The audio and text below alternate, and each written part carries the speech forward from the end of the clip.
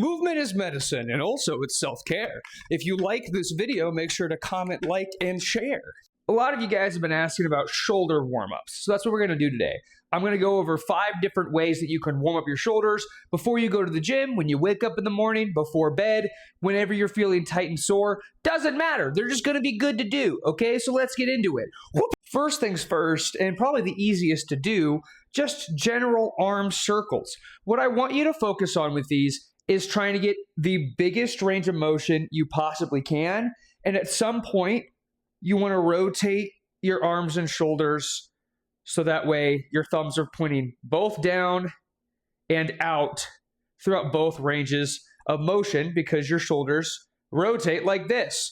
So I like to put my thumbs down to start, keep my shoulders and arms really close to my body as I move them back and around, making as big of a circle as I can. This is helpful for your shoulders in a number of ways. Mainly, it helps you extend the range of motion that your shoulders are supposed to be able to go through. But we're not doing much of that these days, so we suffer the consequences. Let's move on to the next one. The next few things we are going to do require a resistance band. Not every single exercise today will require that. However, I'd highly recommend getting a pack of a few of these with different resistances. These are not super expensive when it comes to workout equipment and can help so much when it comes to just moving our bodies and feeling good. Even if you don't have big fitness goals and don't want a home workout, don't even want to do workouts at the gym, but you want to be able to move your body and have it feel better, I'd highly recommend getting some resistance bands. I'm not going to tell you a brand because this is just a piece of rubber and other components. It does not matter what brand you buy from. Just go find some resistance bands. I will say, if it looks like it has sketchy reviews or people say that they break a bunch, maybe don't buy it from that company. But I digress. It's going to be fine. Now, the next exercise I call a wall crawl. What I'm going to do is going to loop the band over itself like this, and I'm going to put one wrist through, twist, and put the other wrist through. Now, it doesn't matter how much this twists, because the whole point is I'm trying to pull my hands apart. Some twisting is not going to get in the middle of that. What I'm doing is I'm pulling apart my wrists as hard as I can. This is already activating some of my shoulder muscles, as you can see. And I'm going to, from about chest height or lower, I'm crawling my hands up. Now, the more you lean in, and maybe you have to go into like hand motions like this, the further you lean, the harder this is going to be. But the goal, no matter what, is going to be pull your wrists apart. I'd highly recommend for most of you out there, you're just going to want to pull them apart and crawl with your fingers instead of lifting your hands. Just slowly and surely, make sure you're pulling against the band with your wrists and try to go all the way over your head. When you get to a point where you can't do that much anymore, you start to lean forward a bit. And if you want to, you can kind of push your head through the hole here. Just move a little bit, see what feels good. Push your shoulder blades back down. They should have been down to begin with, like in most of my videos. Rotate shoulders back and down. Pack those scapula in your back pocket. For a lot of these, we're not going to be packing our scapula because we are going to want to warm it up and move it. But for this one specifically, for the most part, most of the motion, you want to keep your shoulder blades down until you have to raise them up to get higher. The next exercise, you'll have seen me done a lot if you've joined my Twitch streams. They're called shoulder swimmers. Now, with these, we can go one arm at a time. You can do them on the ground. You can do them on a bench. You can do them on an inclined bench. You can do them with no weight. I'd highly recommend you start there. You can do them with some very lightweight. I use a 2.5 or 5 pound plate at the gym, or maybe even just use a duct tape roll. So I'm going to show what it looks like with one arm and then with both. I'm going to do both first. So I start here, and I'm going to, just like my arm circles from before, I'm rotating to get a large range of motion, and I'm going to try to put my hands behind my back. Kind of like I'm under arrest, but I'm not, so don't worry. And then from here, Same thing. I'm trying to go as high as I can, as if I'm doing that swimming motion. Is this one butterfly, I think? Butterfly, if that's how you want to remember this. I can do this one at a time as well. And this is where I'd recommend maybe you add a little bit of weight or just hold something. You can get a little bit more of a stretch here, and you can extend your shoulders extension range of motion, which is moving behind you, quite a lot. This exercise alone has helped me so much with my own shoulder pain. These subscapular muscles right over here tend to be ones we don't work super often.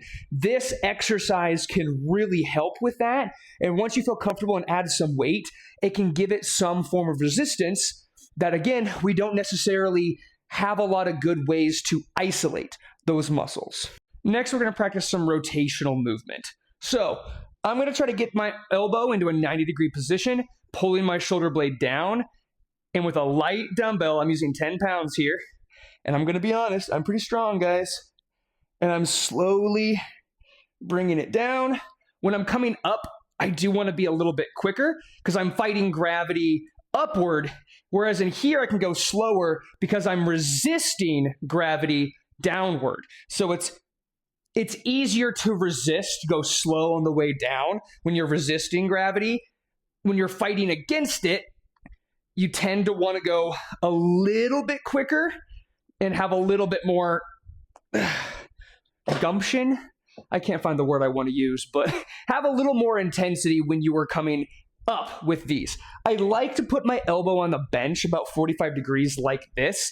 It aids in my ability to keep my elbow strict and steady, and it helps work those rotator cuff muscles that, again, we're not using very much. And so many of you that are out there that are lifting weights consistently, you guys ignore your rotator cuff muscles, and that's where things get hurt. Don't do that. Be kind to yourself. I'm actually running out of time, and I did want to add a couple extra exercises, but we got to speed through this. Maybe I make some more videos in the future if you guys like this shoulder series so far.